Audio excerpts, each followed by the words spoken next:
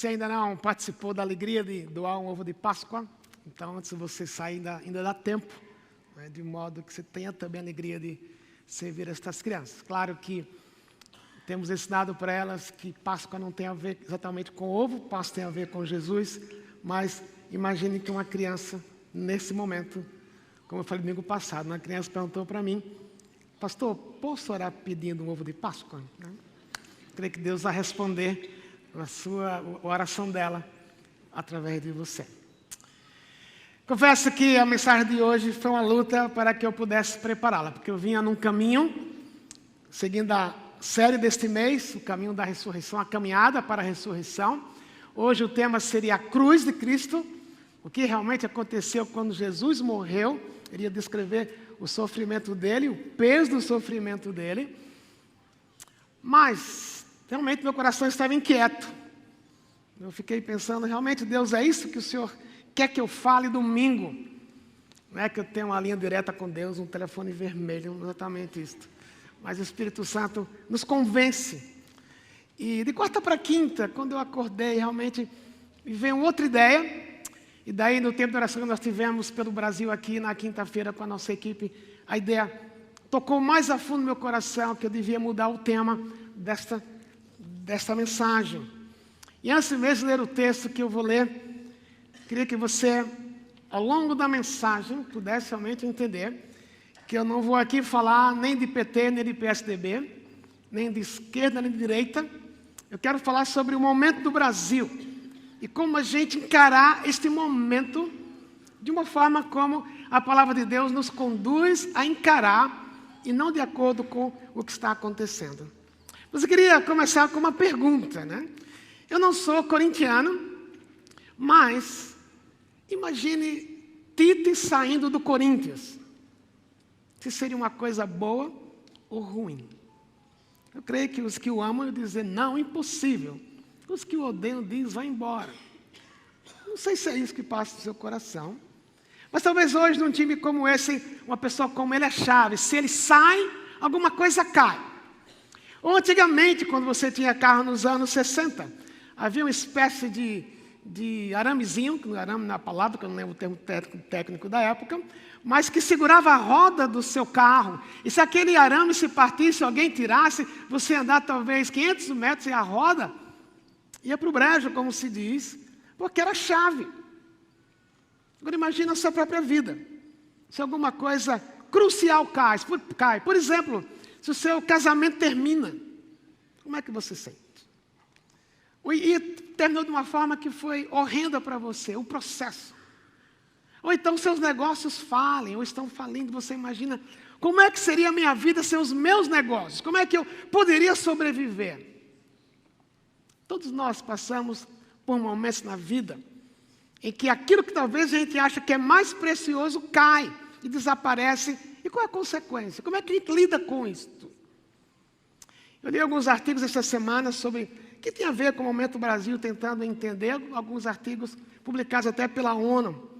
E um especialmente me chamou a atenção, que foi um estudo prolongado de pesquisa, uma tese de doutorado, em que o autor olhou a história de reinos como o do Egito, o Império Babilônico, o Império Medo-Persa, o Império Grego, o Império Romano, e o que é que foi comum na história desses reinos que os levou à queda, que os levou a desaparecer. E o que foi mais comum nesses impérios é que houve muita riqueza, a riqueza levou à indulgência, a indulgência levou a se quebrar os limites, a indulgência levou à imoralidade, à corrupção, que gerou a perda de esperança na população daqueles reinos. E talvez o que hoje descreve a gente como país, a luz que nós temos vivido, é que nada a ver com esquerda ou direita, é que a luz do momento que estamos vivendo, já por um certo tempo, talvez como país, o que nós estamos perdendo é o brio. É aquela cara de otimista que o brasileiro tinha, mas pior que isso é que podemos nos tornar um povo sem esperança. Como aconteceu no fim do brilho do Império Romano, o fim do brilho do Império Medo-Persa, do Império Babilônico e do Império Grego. Mas como é que a gente lida com esse momento? Como é que lidamos, por exemplo, com a frase que estava no jornal essa semana dizendo nem esquerda nem direita. O problema é que não temos alternativa. Mas o problema não é, não temos alternativa. Nós temos alternativa. Qual é a alternativa? E o texto que nós vamos ler esta manhã, eu creio que ele vai nos encorajar a atravessar este momento. Se você quiser abrir comigo, no Salmo 11, pode ser o seu tablet, o seu smartphone, a sua Bíblia. Se você está com o seu smartphone e a sua Bíblia e o seu tablet, quero dizer que nós temos um device aqui no teto, que se você trocar o texto bíblico pela página do Facebook do outro culto, o device acusa, você apita aqui. Então não corra o risco, tá bom? Salmo 11. No Senhor me refugio. Como então vocês podem dizer-me? Fuja como um pássaro para os montes. Vejam, os ímpios preparam seus arcos, colocam as flechas contra as cordas, para das sombras as atirarem nos retos de coração. Quando os fundamentos estão sendo destruídos, que pode fazer o justo? O Senhor está no seu santo templo. O Senhor tem o seu trono nos céus, seus olhos observam, seus olhos examinam os filhos dos homens. O Senhor prova o justo, mas o ímpio e a quem ama a injustiça, a sua alma odeia. Sobre os ímpios ele fará chover brasas ardentes e enxofre incandescente. Vento ressecante é o que terão. Pois o Senhor é justo e ama a justiça. Os retos verão a sua face. O que Davi estava experimentando ao escrever esse salmo é que, de uma certa forma, nós experimentamos esse momento que estamos passando no Brasil. Saul era o rei de Israel. Foi o primeiro rei de Israel, colocado para dirigir o povo de Israel de acordo com os padrões de Deus. De tal forma que Saul refletisse aquilo que Deus queria que ele refletisse para abençoar a nação. Mas chegou um momento que o coração de Saul mudou, ficou altivo, orgulhoso, quis agir na base da sua própria força. E uma das pessoas que foram afetadas por isso foi o próprio Davi. Foi levado para o palácio, talvez com 17 anos, foi chamado para tocar para Saul. Quando ele tocava, o espírito de Saul se acalmava, mas de repente subiu o ciúme, subiu o orgulho no coração de Saul, que passou a perseguir Davi. Então aquele que deveria ser um modelo para Davi, aquele que deveria ser para Davi uma espécie de mentor, para que ele fosse preparado por ele para ser o próximo rei de Israel, aquele sonho, aquela expectativa de Davi cai por terra. Para quem ele olharia? Porque aquele para o qual ele devia olhar perdeu o seu valor, perdeu o seu brilho, não era mais digno de honra, não era mais digno de admiração. E isso poderia ter gerado em Davi uma sensação de perda, uma sensação de desânimo. Por isso que os amigos dele dizem assim: fuja como um pássaro para os montes, Davi. Essa é a realidade. Saul quer pegar você, Saul quer lhe matar. Aquele que devia ser o seu protetor, o seu mentor, aquele que deveria refletir Deus para você, está totalmente fora de cogitação de ser isso. Então, desista, fuja da realidade. Perca a esperança, porque as coisas não vão mudar. Afinal, Saul era rei. Esse é o conselho dos amigos de Davi. E às vezes, não é isso que às vezes a gente ouve, ou entre amigos, aquele espírito de pessimismo, aquela atitude de nada vai mudar. Mas Davi tinha uma outra atitude. Em vez dele concentrar no problema que era Saul, em vez dele dizer realmente não tem esperança, aquele que devia ser o meu modelo, ele caiu do meu pedestal, para quem eu vou olhar agora? E às vezes nós passamos o mesmo com o brasileiro nesse momento. Parece que olhamos para a situação do Brasil e dizemos a mesma coisa. Em quem confiar? Votei em fulano, mas fulano é corrupto. Posso votar em ciclano, mas ciclano é corrupto. Todo mundo é corrupto. Vou desistir. Como alguém já disse brincando, né? que qual é a saída para o Brasil? Aeroporto de Guarulhos. O duro é que você vai para os Estados Unidos, como muitos vão, quem garante que se o Trump for eleito, aqui não sou a favor ou contra ele, não vai causar uma reviravolta. Você vai para a Europa, a ameaça do mundo islâmico, do Estado Islâmico, não tem lugar seguro. Qual é o lugar seguro? O que é que eu faço? Respondendo à pergunta de Davi, quando os fundamentos forem destruídos, quando os fundamentos estão sendo destruídos, que pode fazer o justo? O que é que você pode fazer no momento Brasil, no momento que afeta muita gente aqui, ou todos nós, no momento em que alguns nesse salão perderam o emprego, alguns nesse salão perderam a esperança, mas não somente aqui, mas o país inteiro perdeu um pouco do brilho que nós tínhamos. Nós temos que fazer uma escolha. Ou concentramos no tamanho do problema Brasil, ou concentramos em Deus. E como é que Davi responde? Quando os fundamentos estão sendo destruídos, o que é que eu posso fazer? Se aquilo que para você era um fundamento, seja ele o seu casamento, seja ele os seus filhos, seja ele o seu trabalho, seja ele o seu negócio, seja ele a sua carreira, no dia que isso começar a se corroer, o que é que você faz, o que é que eu faço, quando aquilo que eu reputava tanto valor, perde o brilho? A primeira coisa que Davi diz é, no Senhor me refugio. Em vez de ele fugir da situação, em vez de ele dizer, não dá mais, está muito negra a situação, ele diz, eu vou me refugiar no Senhor. O que é que essa palavra carrega em si? Ele diz outras palavras, no refúgio acontecem algumas coisas. No refúgio, você chega cansado, você chega ofegante.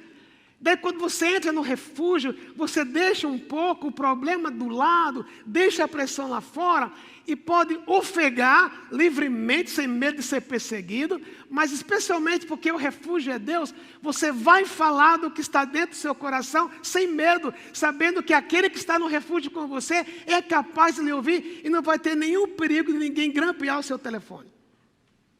Por quê? Porque vem do seu coração. No refúgio você pode ser honesto com Deus. Sabendo que Deus vai dizer, ok filho, eu estou te ouvindo. Pode ser que você fale uma coisa estrondosa, feia, que não tem nada a ver. Mas o refúgio é o lugar onde eu me mostro perante Deus do jeito que eu sou. Agora, esse é o contraste entre eu correr para o refúgio e eu desistir de enfrentar a situação que eu estou vivendo. Vou dizer, não dá mais. Dá para ter. Não podemos desistir de olhar com esperança em Deus para ver o país mudado. Se começar comigo mesmo, em vez de achar que não tem solução, mas eu vou primeiro correr para Deus. E para Deus porque Ele é meu protetor. O fato de Deus ser protetor não quer dizer que você e eu não vamos passar por problemas ou até não vamos sofrer perdas. Mas até a dor da perda, eu posso falar com Deus sabendo que Deus está ali pronto a me ouvir. Por isso Davi diz, em vez de eu correr e choramingar, dizer, ai, Saul não é mais aquilo que eu sonhei, Saul não é aquele rei que eu queria que ele fosse, Saul não presta, Saul foi um erro de Deus. Não, ele não fala isso. Ele diz, o Senhor é meu refúgio. E meu querido, minha querida, seja por causa do Brasil, ou seja, quando você e eu passamos por circunstâncias que a gente não tem mais o controle para mudar, que a gente se sente impotente, e aqueles que a gente achava que tinham o poder para mudar não faz nada. A única coisa que eu posso fazer é, Deus está aqui no meu coração, aqui está a minha decepção, aqui está o meu medo, aqui está o meu medo que as coisas não vão acontecer, e poder saber que Deus abraça você do jeito que você está. Por isso Davi disse, Ele é o meu refúgio. Quando perseguido por Saul, se você olhar para 1 Samuel 24 e 26.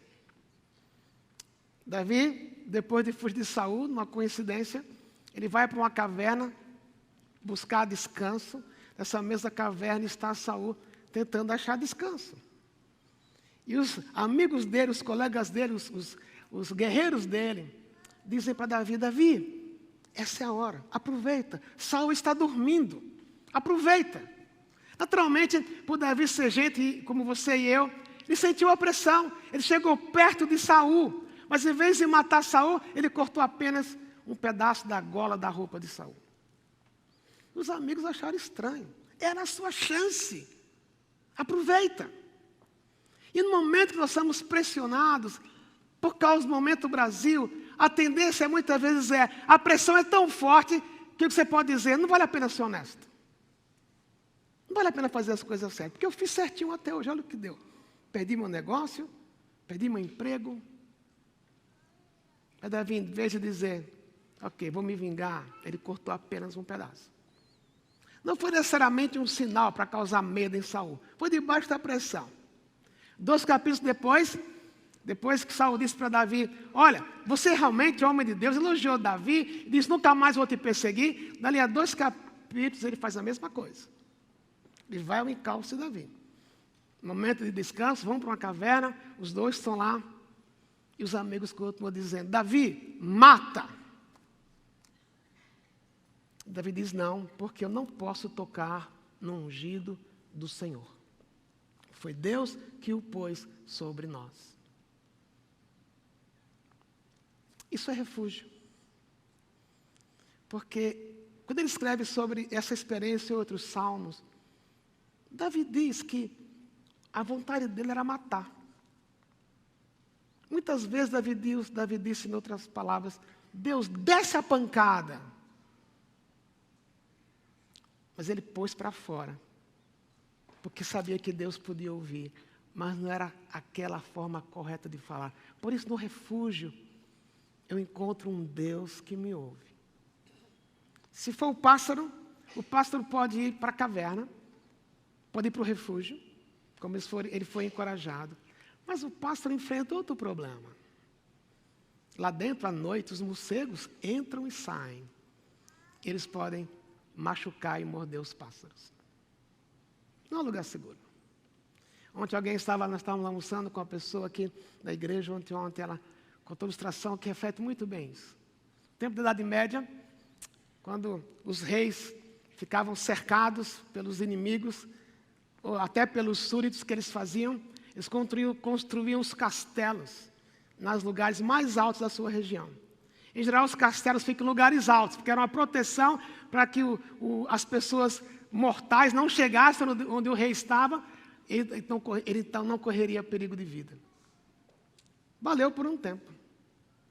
Mais tarde, com o advento dos aviões, isso aconteceu.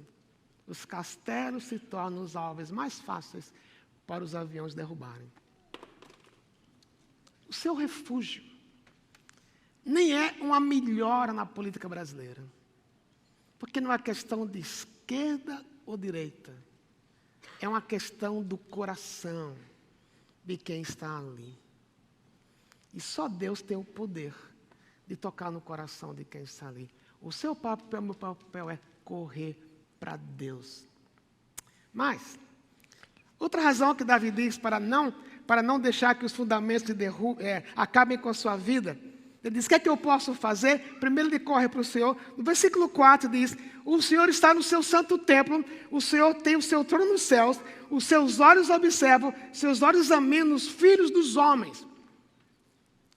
Ele compara aqui os dois filhos dos homens. Ele compara o reto de coração, ele compara o ímpio. E aqui eu quero dizer, meus queridos, que o ímpio aqui nem é o PT, nem é o PSDB. Nem a esquerda, nem a direita. A gente não pode estigmatizá-las. O ímpio aqui é todo aquele que recusa, que evita, que foge do que Deus quer que ele seja. Quem é o reto? O reto não é aquela pessoa que é certa. É aquela pessoa que já entendeu que Jesus morreu por ela e pela graça dele, a vida dele está sendo transformada. Ele compara os dois. Ele diz que Deus testa o coração e Deus prova o justo. Quem é o justo? Você. Já conhece Jesus. Davi está dizendo que Deus fez Saul perseguir Davi. Foi uma escolha de Saul. Mas como é que Davi podia entender aquela ação de Saul? Era entender que no processo da perseguição de Saul, o coração de Davi estava sendo tratado. No processo de Saul perseguir Davi, a atitude interior que Davi tinha, que talvez não fosse a melhor, Deus estava curando. Deus estava colocando Davi debaixo de um fogo, e a razão do teste não é reprovar ninguém. A razão que Deus deixa muitas vezes a gente passar por um teste é que Deus quer construir no seu coração, no meu coração, uma atitude como a de Jesus. E nós não teríamos a atitude dele se não passássemos por esses testes. Da mesma forma que Jesus passou pelo sofrimento, ainda até a morte e morte de cruz. Então não é que Deus, vou repetir, fez Saul perseguir Davi. Não é que Deus causou o momento Brasil. O momento Brasil é fruto do coração do homem, coração corrupto do homem. Seja ele que partido for. Mas Deus pega isto. Pega os problemas, pega a perda de emprego, pega a perda do negócio, pega a perda de um casamento, seja o que for. E Deus usa isso na sua vida para produzir um coração que reflete a pessoa de Jesus. Então, a história não termina numa crise como estamos passando. A crise faz parte, Deus pega estas coisas para trabalhar no meu coração, no seu coração, de tal forma que eu aprenda a pôr a minha confiança nele. Mas do outro lado, o texto diz que Deus está no seu santo templo. Muitas vezes essa é uma expressão mais técnica, no Antigo Testamento, que carrega a ideia que Deus é soberano. Ele está no céu, no seu santo templo. Está na sua habitação. E do céu ele vê. Mas do céu ele vê, mas ele não simplesmente deixa o barco correr. É como se ele dissesse, eu estou vendo, eu sou soberano, eu poderia mudar essa história de uma hora para outra, mas na minha economia, na maneira de tratar o mundo, eu estou deixando isso acontecer. Deus não está alheio ao que está acontecendo no Brasil.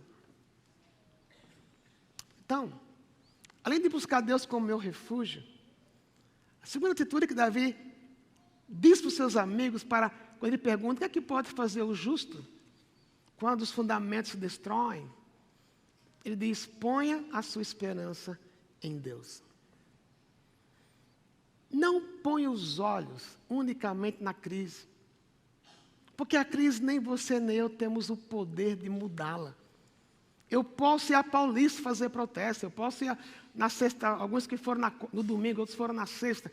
Pode ir à Paulista, você tem liberdade de fazer isso, a Constituição lhe garante esse direito. Mas muito mais do que isso, eu preciso pôr a minha esperança em Deus. E a palavra esperança, o conceito bíblico, não é um otimismo.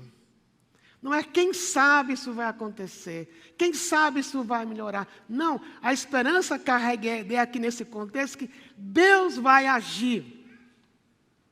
Deus está vendo. Eu lembro quando eu era pequeno, naquilo que seus filhos passam, eu passei, meus filhos também passaram, aquelas crises de medo à noite. Então, quando o filho acorda lá para 1 da manhã ou 2 da manhã, tem medo do escuro, né? Eu lembro que eu pegava a chupeta, pegava um cobertorzinho, saia arrastando, e até o quarto do meu pai e da minha mãe. Posso subir? Meu pai falava, pode. Eu falava, tem ladrão.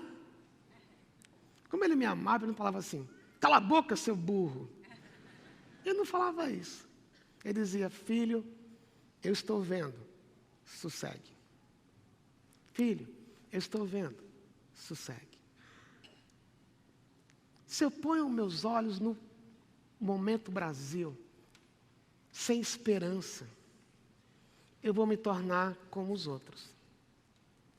Mas porque eu sei, porque o texto diz que os olhos de Deus observam, e que o Senhor tem o seu trono nos céus. Ele não está falando que Deus está no céu e a gente aqui na terra e a gente está distante, Deus deixa o barco correr, de jeito nenhum. A ideia é, eu estou vendo e eu tenho controle sobre isso. Agora você pode perguntar, como eu pergunto, por que o Senhor deixou chegar até esse ponto? Não sei, você não sabe. Mas o que é que eu sei? O que me dá esperança? É entender que Deus está envolvido nisto.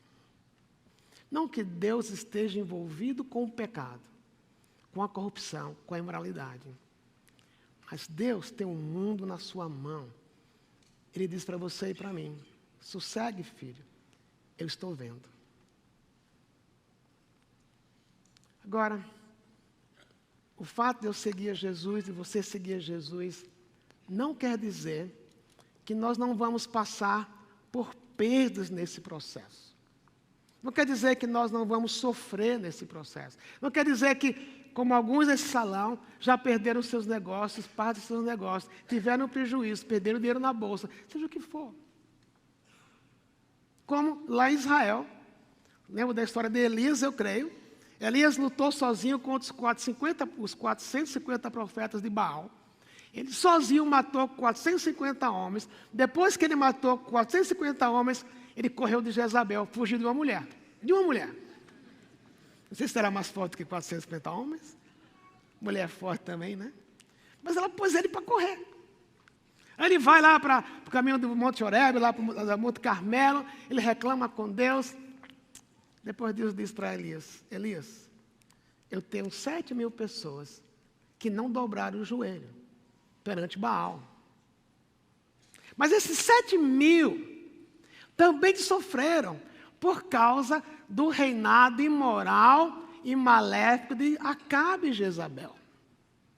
Mas chegou o dia que Deus removeu Acabe e Jezabel. Eles experimentaram dias melhores.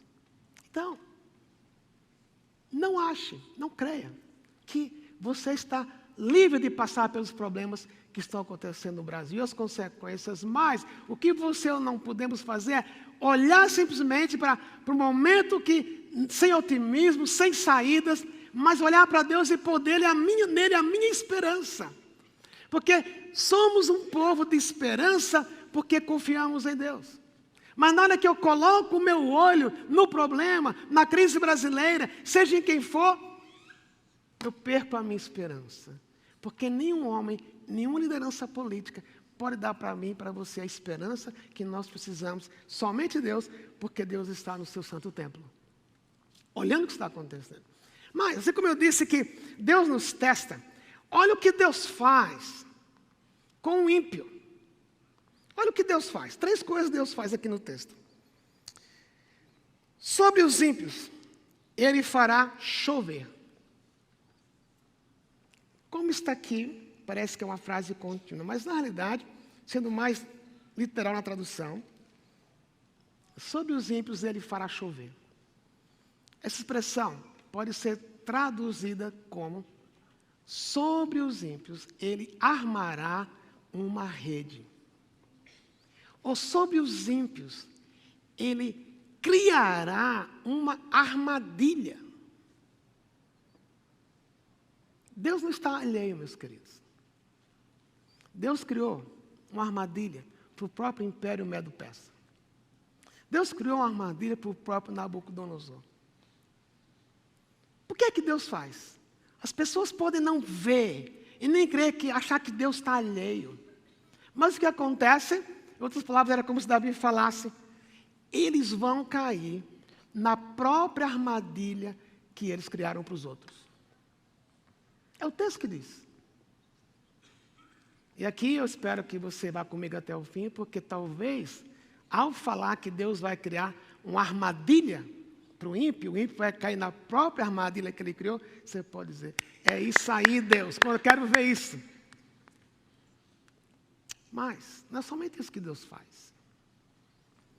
Ele cria uma armadilha, Ele faz cair brasas ardentes e enxofre incandescente. Aqui dá para a gente relembrar o que Ele fez com Sodoma e Gomorra, quando por causa da imoralidade do povo,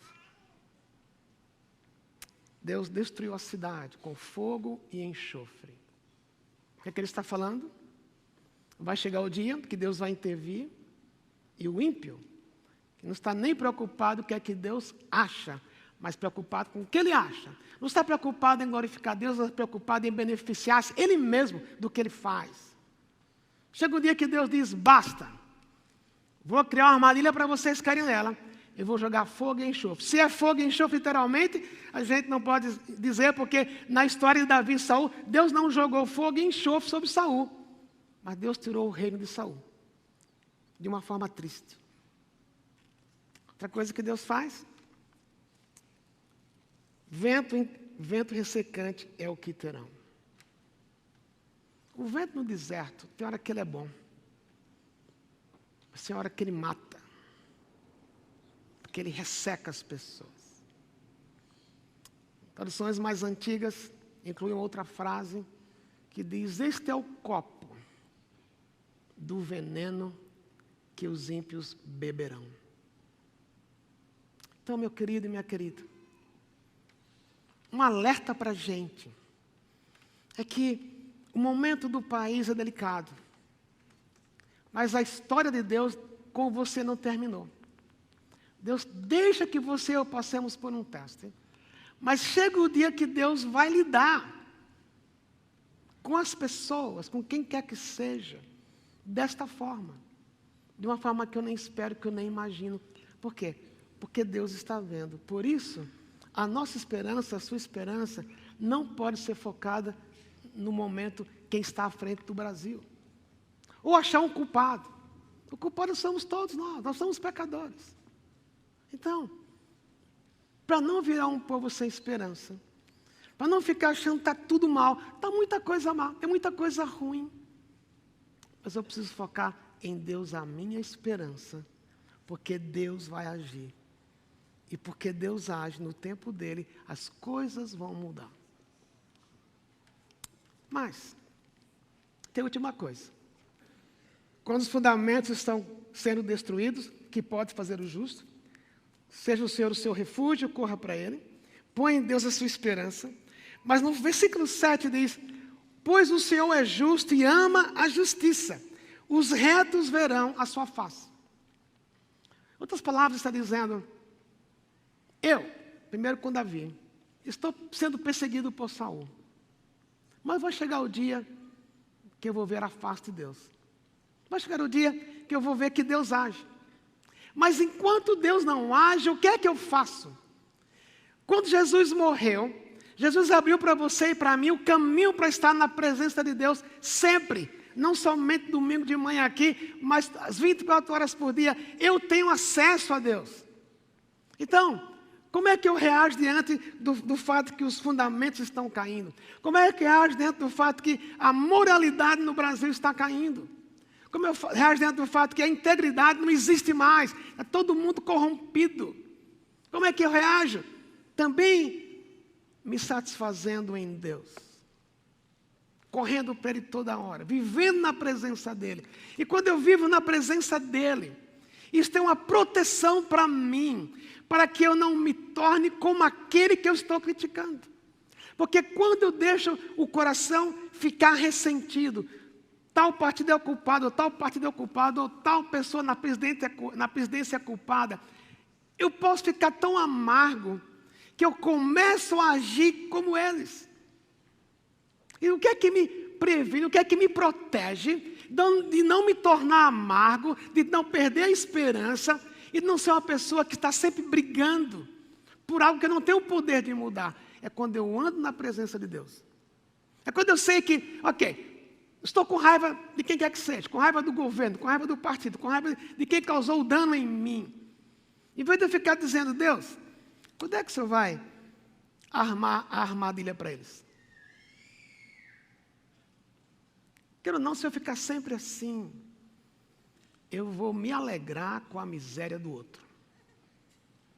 Já sentiram isso? Por mais que a gente não diga, a gente fica: Deus, tomara que fulano seja pego. Ou você diz para aquela pessoa que te prejudicou: Deus vai agir. E você fala assim: Deus está no controle, mas no fundo você está dizendo: tomara que Deus o pegue. Não é isso, gente. Alguém sentiu isso vontade sexta-feira? Quando você viu a Paulista cheia?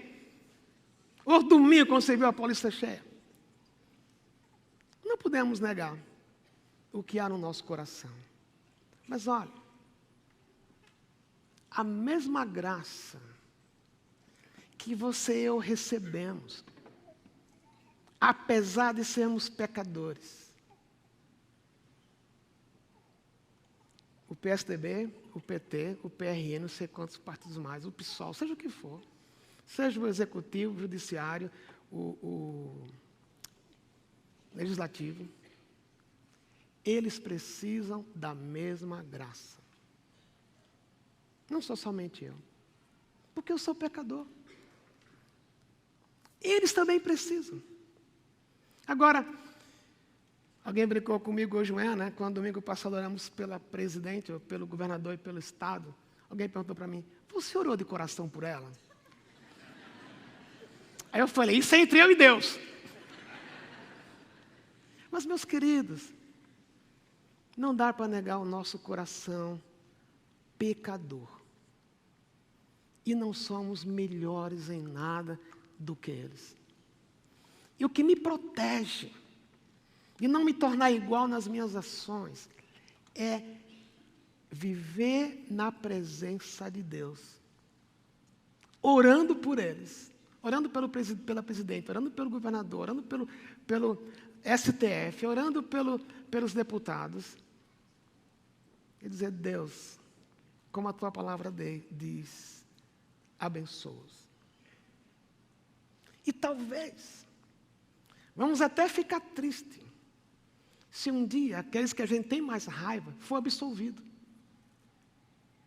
Porque a gente quer vingança, a gente quer que Deus haja, que Deus puna. Não é que Deus é leniente com o pecado. Mas assim como Deus foi gracioso comigo e com você, Deus pode ser gracioso com eles, ao ponto de mudá-los e mudar o país. Mas como é que Deus vai fazer isso? Tem muito a ver com a sua intercessão, com a minha intercessão e com a minha postura de estar constantemente diante de Deus. Primeiro, para não perder o foco. Primeiro, para não achar que não adianta. Porque na presença de Deus, a nossa esperança é renovada. Mas segundo, para eu também orar por aqueles que estão na liderança. E também, para eu orar, como eu disse e vou repetir, que Deus guarde o meu coração de intenções impuras ou maléficas. Porque eu sou impuro, eu sou maléfico. E muitas vezes eu quero ser como Deus, querendo punir. Destruídos os fundamentos. Destruída a moralidade do Brasil. Destruída a integridade de quem está lá em cima. O que é que a gente pode fazer? Nunca é desistir. Mas é primeiro correr para o Senhor. Ele é o meu refúgio. Com Ele eu posso falar o que eu preciso. Derramar o meu coração. Admitir também meu pecado. Pôr a minha esperança nele. Vou repetir, havia alguém com uma plaquinha essa semana, numa das passeatas. Não sei se foi domingo ou sexta. Existe corrupção, mas não há alternativa. Eu fiquei triste ao ver aquilo, porque revela a falta de esperança. Mas Deus é poderoso. Ele é a saída, que eu não vejo ainda, mas eu ponho nele a minha esperança e finalmente manter-me em comunhão com Deus. Queria convidar você para orar. Nós vamos ter 2 momentos de oração. O primeiro momento é esse. E é um momento entre você e Deus. Talvez você não tenha sido afetado ainda pelo momento do Brasil. Mas algumas outras coisas que eram fundamentos para você, ou segurança para você, caíram ou estão caindo. E você pode estar vivendo um momento apenas por viver. É o que Davi viveu. O que ele fez? Correu para Deus. Diga para Deus que vai no seu coração. Sua decepção, sua mágoa, o que vai aí? Mas tome esse tempo para renovar a sua esperança em Deus. Deus, o Senhor é o meu refúgio. Eu quero parar de focar naqueles que me causaram mal. Mas eu quero focar em Ti. Tome esse tempo para lidar com aquilo que vai no seu coração.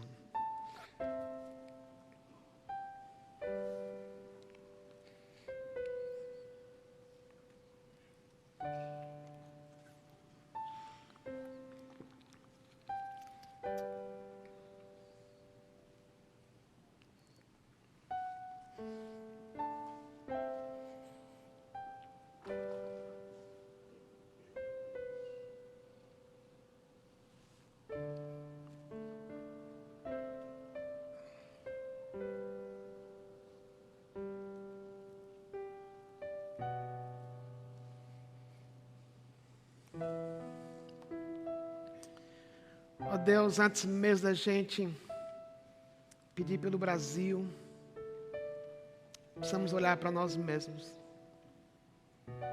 Quando perdemos esperança, porque o negócio faliu, porque o meu nicho de mercado não reage, ou porque meu casamento vai mal, porque meus sonhos vão mal.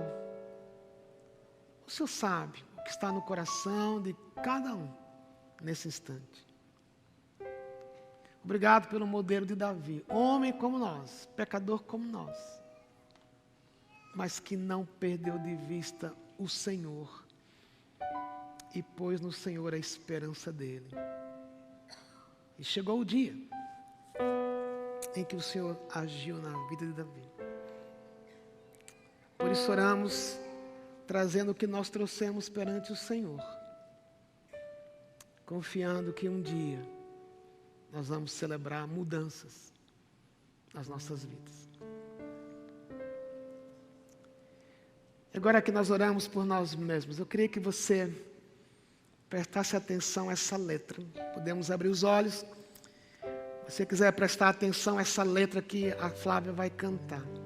Se quiser cantar com ela, você pode cantar. E depois nós vamos orar pelo Brasil.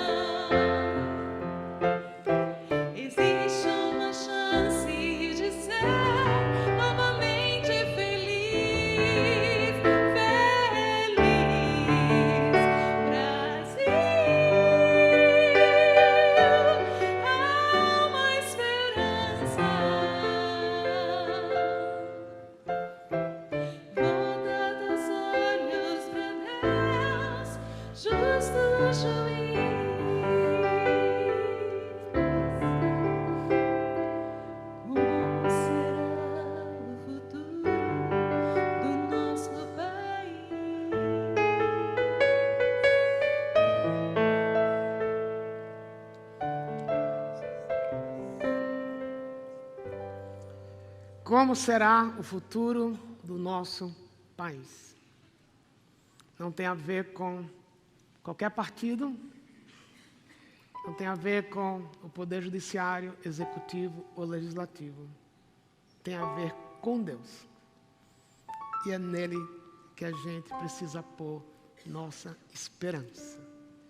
Não podemos ser um povo sem esperança, porque Jesus é a nossa esperança. Eu quero acordar você agora, se você quiser ajoelhar. Nós vamos orar pelo Brasil.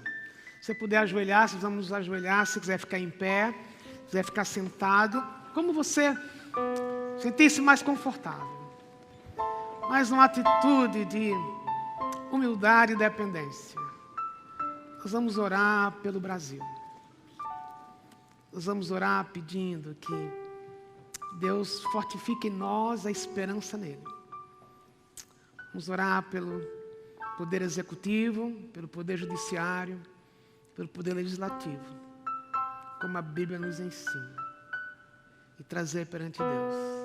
Há um futuro para o Brasil? Há, nas mãos de Deus. Por isso vamos orar. Tome um tempo para orar individualmente por nosso país.